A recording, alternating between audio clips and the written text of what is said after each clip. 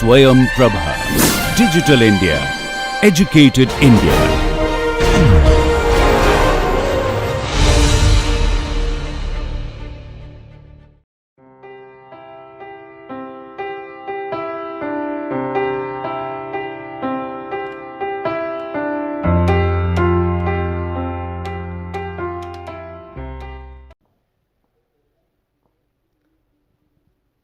Good morning. Once again I welcome you to this soil mechanics course, and now we are in a very important topic, that is shear strength.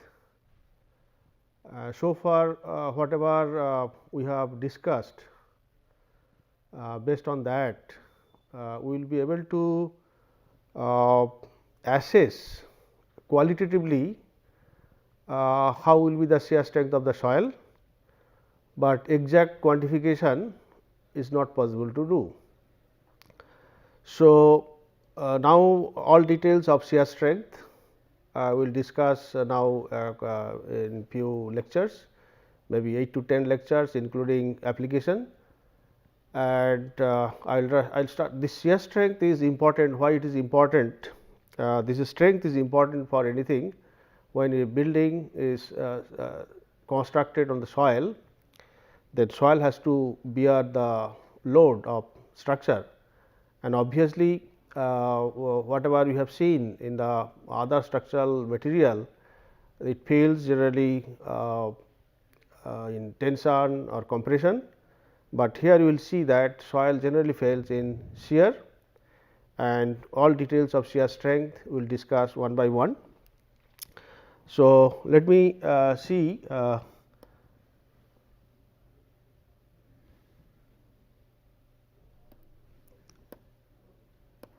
this one, shear strength. Here in many soil mechanics problem, shear strength of the soil emerges as one of the most important characteristics. Why it is so?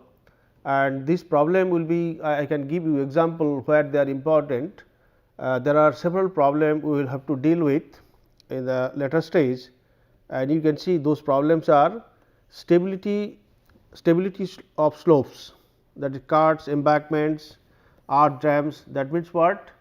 If there is a embankments like this, if there is a embankment and like this, and then suppose it is here like this, because of this slope, and there will be tendency, if the slope height is too high, then there will be tendency to slide the soil this side, and when it will slide or when it is stable, that can be assessed based on the shear strength of the soil. So, this is one application. So, it can be a cart, it can be embankment. So, if there is a cart, that means this is an example of example. Similarly, there is a example of cart, that means existing ground is somewhere here, but suddenly I need to cut somewhere like this and develop some facility. So, this is also become a slope, and if this is quite high, then there will be tendency of moving this part towards this.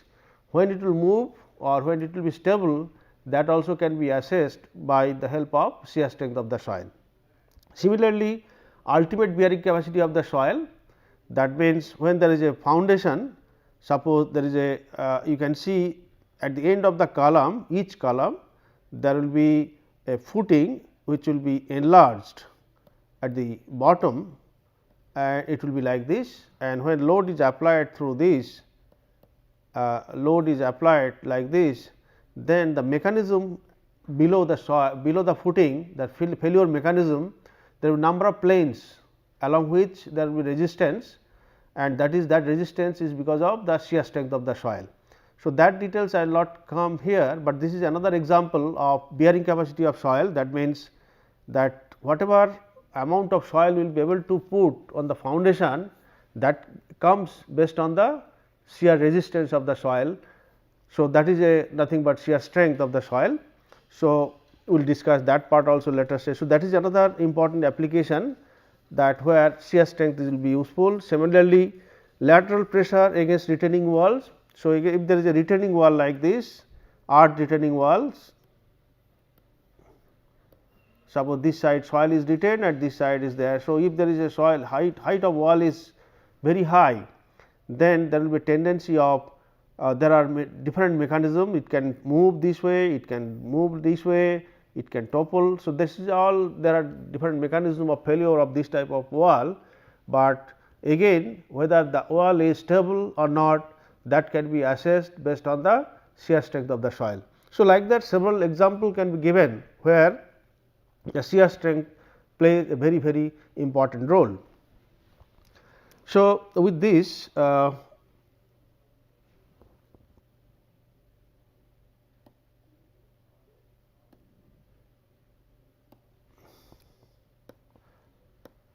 now the shear strength of the soil may be attributed to three basic components. So, there are shear strength, when there will be shear strength, there is not a one type of resistance, there are several types of resistance, and that together will be acting as a resistance, and that is total shear strength, and it will have three components. You can see that is there is a frictional resistance to sliding between the solid particles. If there is a one particle, this is another particles, and there may be another particle, like if the particle is pushed from here, then between sliding occurs between the contact points of these, and based on that it will have some resistance. The cohesion and adhesion between the soil particles.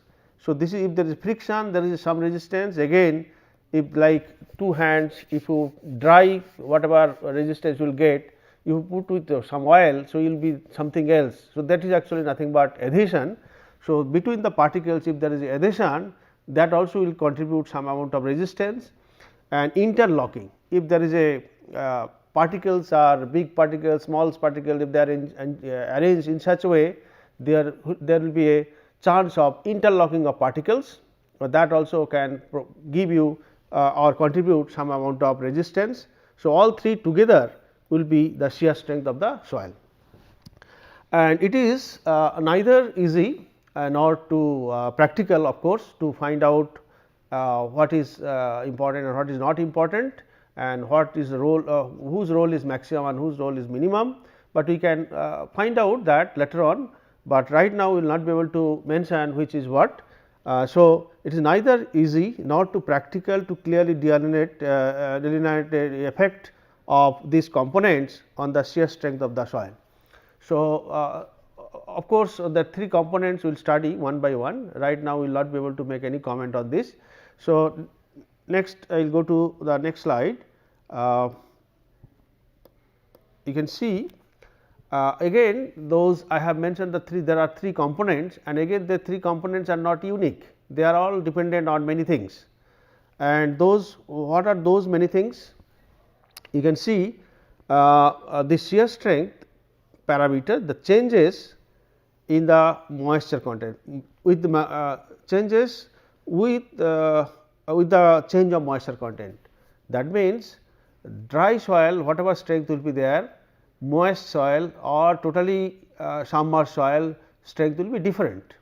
So, that is another one important factor on which shear strength depend is, that is change of moisture content. Another is a pore pressure, that means pore pressure means if there is a soil mass, and suppose there is granular materials here, and if there is a high water table is somewhere here, then at this point pressure is hydrostatic. So, how much is the pressure? So, you have to add gamma W times H. Now, if the water table is very high, at the same point whatever pressure will be there, and if water table is coming down, the pore pressure will be changing. So, that is the one, that means the pore pressure. So, that means indirectly it is a height of water table. So, that is another important parameter on which shear strength also depend. Structural disturbance, another important point, the fluctuation in groundwater table, that is pore pressure of which they are interrelated, and underground water movement, as I have mentioned before, that flow of water through soil particles, and we have seen how the effective stress changes when flow is in upward direction, behavior is something, when the flow is in upward direction it behaves differently. So, that actually will now include now how that effective stress is function of shear strength, that is actually we will find out, then we will be able to clearly show the water movement how depend on the shear strength, how depend on the water movement in the soil. Similarly, stress history and time. So, suppose stress history means if the soil, a particular soil is subjected to high pressure for a long time, whatever shear strength it will have, and if a newly deposited soil and there is no sub pressure on it, then it will have lesser strength. That means, older deposit because of many interlocking and rearrangement of particles will have more shear strength than a newly deposited soil. And perhaps there are other important like chemical action or environmental condition. Obviously, with change of environmental condition, sometime bond between the particles and all may change, and that also finally affect the shear strength of the soil.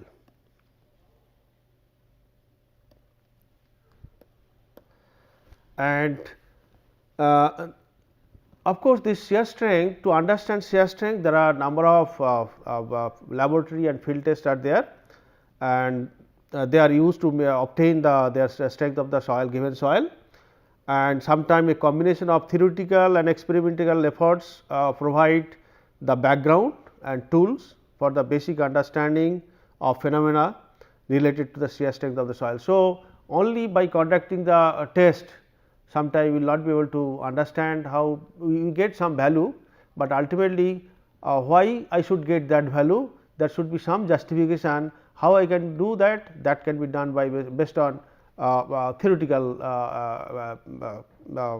treatment. So, ultimately suppose we will do a test and you have got some value.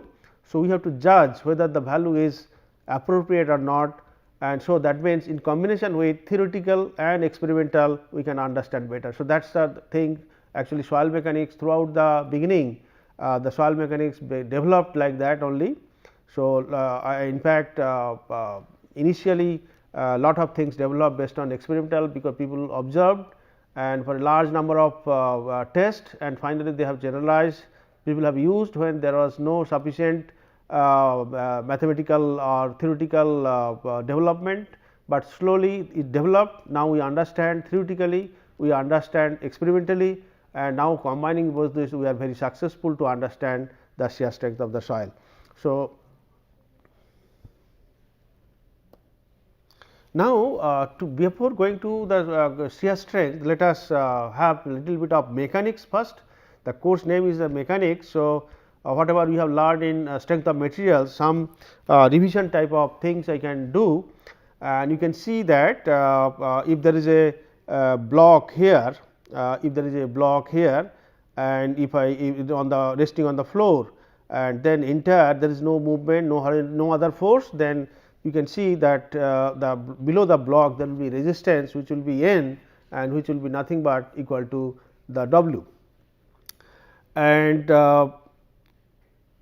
since there is no horizontal force, W equal to N. Now, along with W small p, if you applied a value of p is applied, suppose, and then block will not move, but that resultant whatever resultant we had, the resultant was vertical. Now, the resultant is making some angle alpha with P 1. You can see P 1, suppose this is P 1, we have initially applied the small force P 1. So, if you apply this P 1, then you can see the resultant initially was vertical, now it is now making some angle, that is alpha, and that angle is called angle of obliquity with the force P 1. And now, with the now we can increase the force P to a value P 2, and then the angle obviously the inclination will increase, and then that inclination will reach a maximum value, that is called suppose alpha, and which is equal to the phi of the soil. Suppose you have applied the force P 2 in such a way that the angle which is making with P 1 reaching to a value alpha which is equal to phi, and that is the condition where actually and next actually that is the condition at this point we will have a resistance F 2 equal to mu times n, and if you increase the force P further from P 2, suppose P 3 is bigger than P 2, and then this angle will not increase further. This angle will not this angle will be greater than the phi, but this frictional force F 3 equal to mu n which will not increase further. So, as a result what will happen actually if there is no resistance in increasing the resistance, but you are increasing the force P, that what will be the effect? There will be effect will be that block will start moving rightward. So, that means there is a condition at this stage where alpha equal to phi, that is a impending condition, that at this stage it is about to move, and at that point it will develop maximum shear resistance which is equal to mu times n.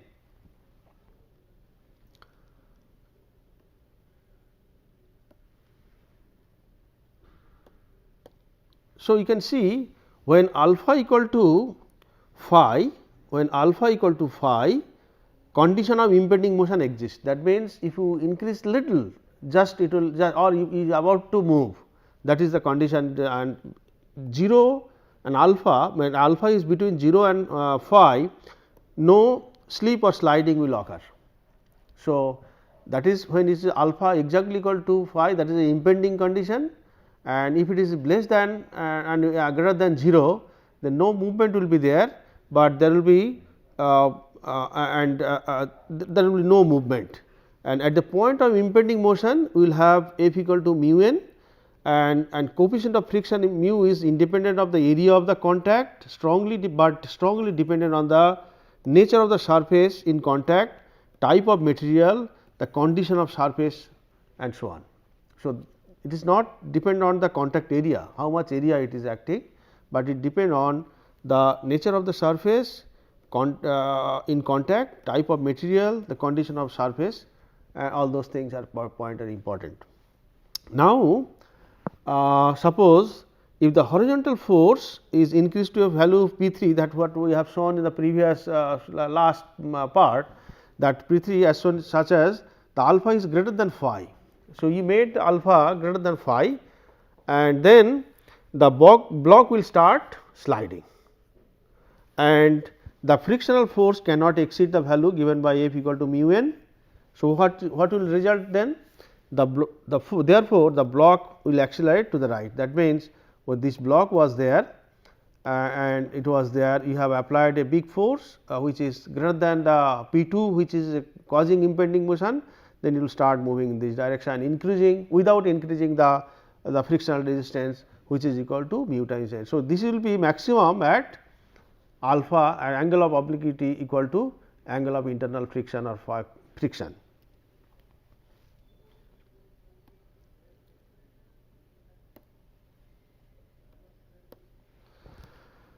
Now, from the condition of impending motion one can obtain, this is the one. So, you know the F equal to n tan phi or mu n, F equal to mu n, and that is nothing but tan phi, and so this is the relation. So, tan phi I can obtain by this tan phi equal to F by n, that means what is the frictional resistance and what is the normal, that ratio will give the tan pi. The frictional resistance in sand and other cohesionless granular materials resembles the above. That means, whatever we have observation we made, they are actually almost granular soil is almost behavior is similar, but there are some important differences, and what are those? That frictional resistance in soil consists of both sliding and rolling friction, whereas there is only where whatever the example you have shown, there is only sliding, here is actually sliding and rolling is there, and coupled with a certain degree of interlocking, which I have mentioned that shear strength comes with 3 4 components. So, sliding will be there, rolling will be there, and sometime there is a interlocking. So, though whatever example I have given, they are almost similar to the shear strength of the soil mechanism, but little difference are there, that not only sliding here, there is sliding and rolling will be there, and in addition to that there may be some amount of interlocking.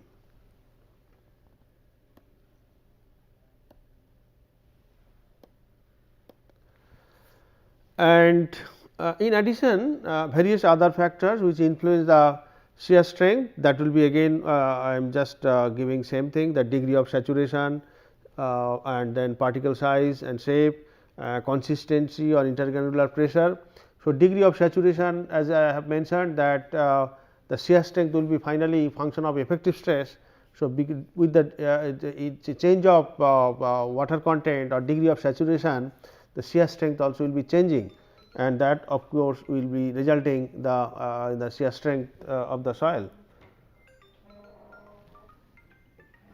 And particle size and shape, obviously that is also important. We will show you later on that a granular soil will have better strength than the fine grained soil. How and that can be explained later on. And particle size and shape, again if it is rounded particles and then angular particles, they will also behave different, and they will give different shear strength. And consistency, that means whether it is soft or it is stiff, that also influence the shear strength. Obviously, stiffer soil will have better strength than the soft soil.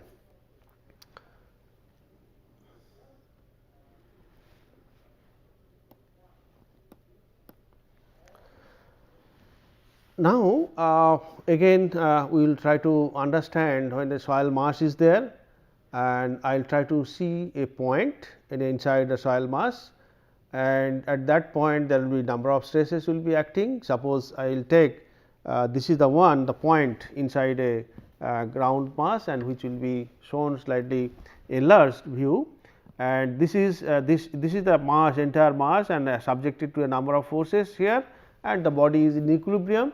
Then if I imagine a point inside, a point which that can be isolated like this, which will have a 6 faces, and each faces we can see here, you can see that this face, there will be normal to this face, there will be a normal stress, and parallel to this there will be parallel to x and parallel to y. So, parallel to the plane there will be shear stress, then that means each plane there will be 2 shear stresses. One will be parallel to y, another is parallel to z, and normal is along x. So, that means there will be 3 components here, there will be 3 components also, that is ultimately total there will be 9 components. So, stress normal to a plane are designated by sigma, that means normal place will be designated as sigma, and those parallel to given, that is tau. So, this is the tau actually, and again tau x and tau y, that is actually you can see the first letter actually it is perpendicular to that plane, that means tau x means it is a perpendicular to that plane, but along y, second letter is the along which direction. And similarly, you can see tau x z, this is actually perpendicular to x, this plane, and it is along z direction. So, like that you have to have 9 components, so you can write in each phases. So, there will be normal, 3 normal, sigma 1, sigma 2, sigma 3, or sigma x, sigma y, sigma z. Similarly, tau x y, tau y z, tau z x, and like that. So, 3 planes at right angles to each other, where only normal stresses act, those planes are called as principal planes. That means, now I can investigate, though in general at a point we have 9 components, that means each plane will have normal and shear, and we can investigate and find out some plane where only normal stress is there is no shear stress, and those plane where only normal stress is acting, that plane is called principal plane. So, this is the principal plane. So, now I can see, suppose x direction was this and y direction was this, z direction was this. Now, we can get some other inclination, we can investigate and find out the plane where actually we only normal. So, suppose this is the situation where with this plane will have only sigma 3, this plane only having sigma 1 and this plane is having only sigma 2. So, that means these are all this plane since there is no shear, this plane is called principal plane. Similarly, this is a principal plane, this is a principal plane.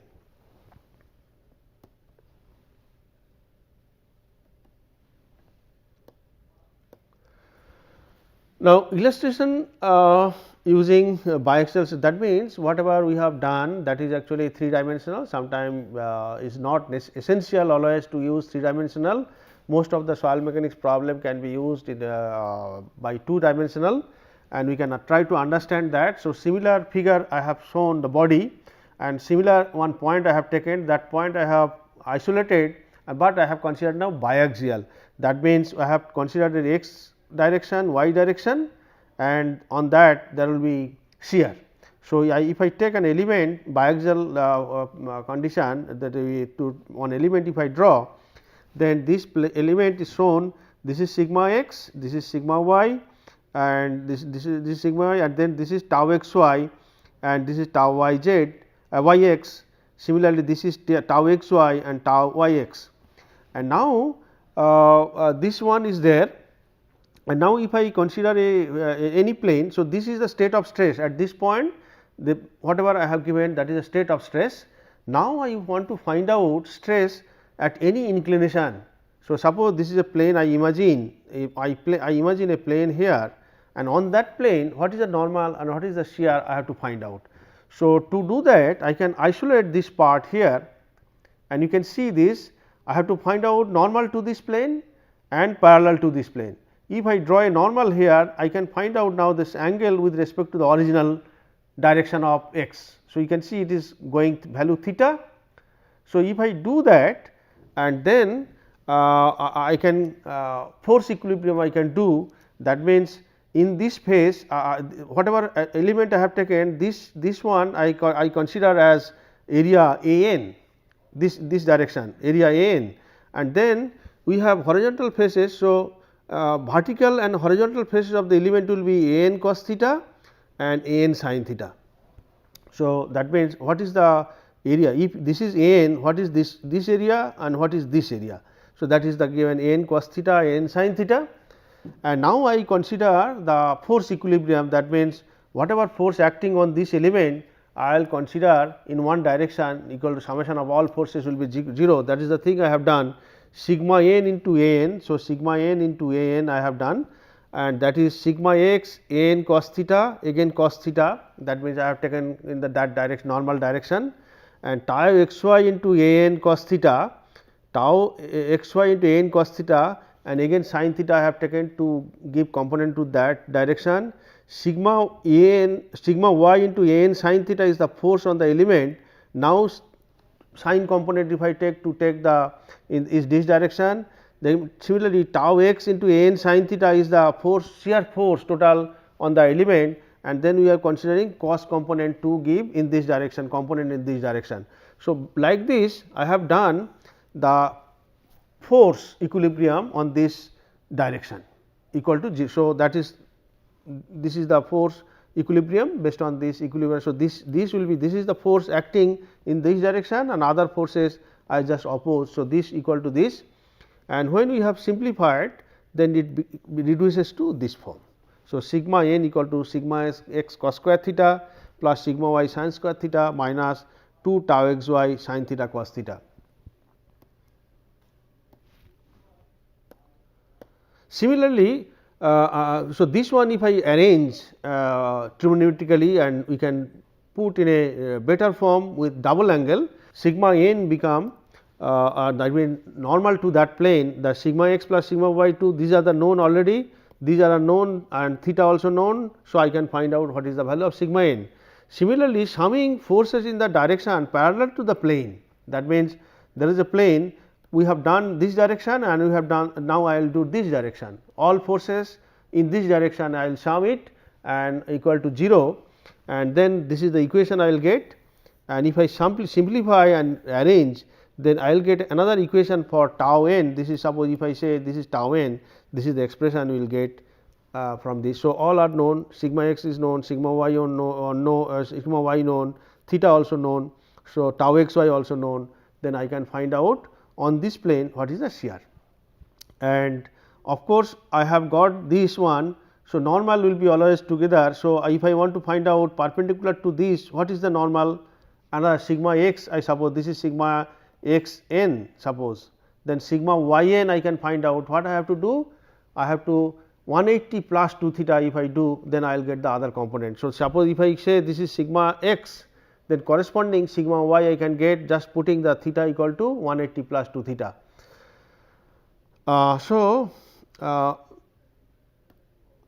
So like this, the orientation of the principal plane is can be determined. That means, I have got now principal stress and we have got shear stress, and that principal stress is a function of theta. With the change of theta, shear stress actually changing. So, there will be definitely there is a plane where this shear stress normal stress will be maximum. How to find out that? I can derivative, I can differentiate this d sigma n and d theta and set to 0, and if I do this expression will come, and if I simplify, then it will, this expression will come. That means, tan theta become minus tau x y by sigma x minus sigma y 2. So, this is the expression, that means, the theta at what angle the plane will be that there on which the maximum shear stress maximum normal stress will occur. So, this is the way I can find out the orientation of plane on which the maximum normal stress occur. Okay. So, with this I will just stop this part. Thank you. I will again explain for the next topic.